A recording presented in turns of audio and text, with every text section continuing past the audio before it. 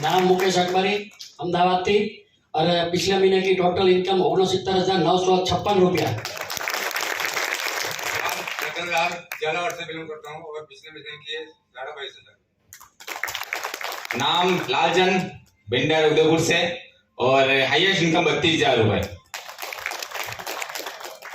नाम जीतू झंझाला, सूरत से। Total income की बात करें तो 38 लाख प्लस और गया महीना का चेक है 1,12,000। नमस्कार।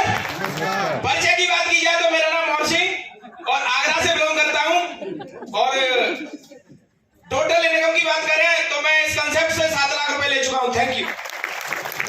नाम दिनेश सोडा, खेड़ा में, अहमदाबाद से। टोटल इनकम की बात करूं तो 12 लाख प्लस। नाम शंकरलाल कुमार, गिरवाड़ा, राजस्थान, तिलंग भूमि। Total income 8 lakh.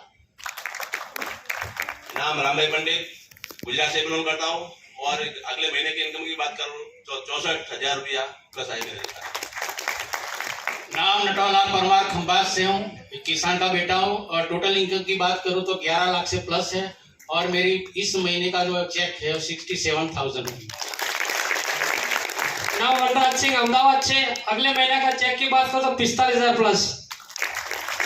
नाम धर्मेंद्र सोरा, पिछले महीने का चेक की बात करूँ तो 48,000 एंड टोटल इनकम की बात करूँ तो 10 लाख प्लस।